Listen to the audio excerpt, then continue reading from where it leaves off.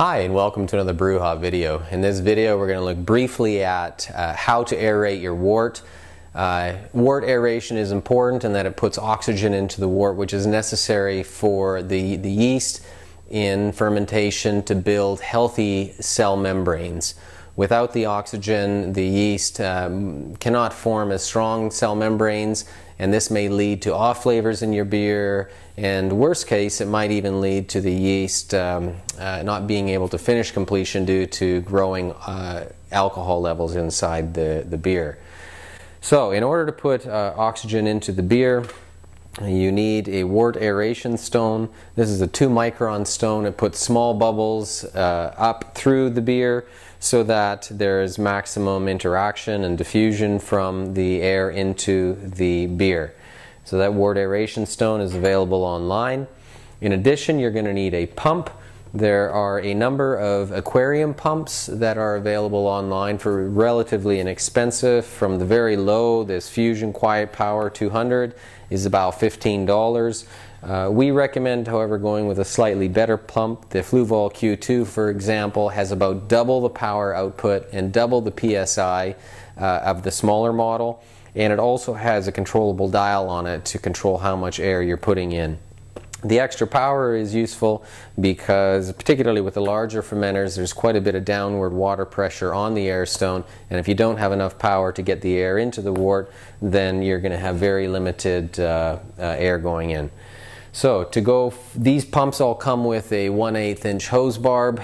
On the aeration stone there's a 1/4 inch hose barb. In between those two, I recommend putting a filter.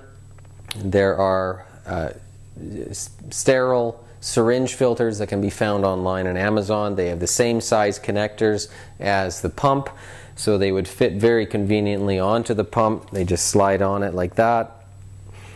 And then you're not inoculating your freshly sanitized wort with molds and bacteria from your air.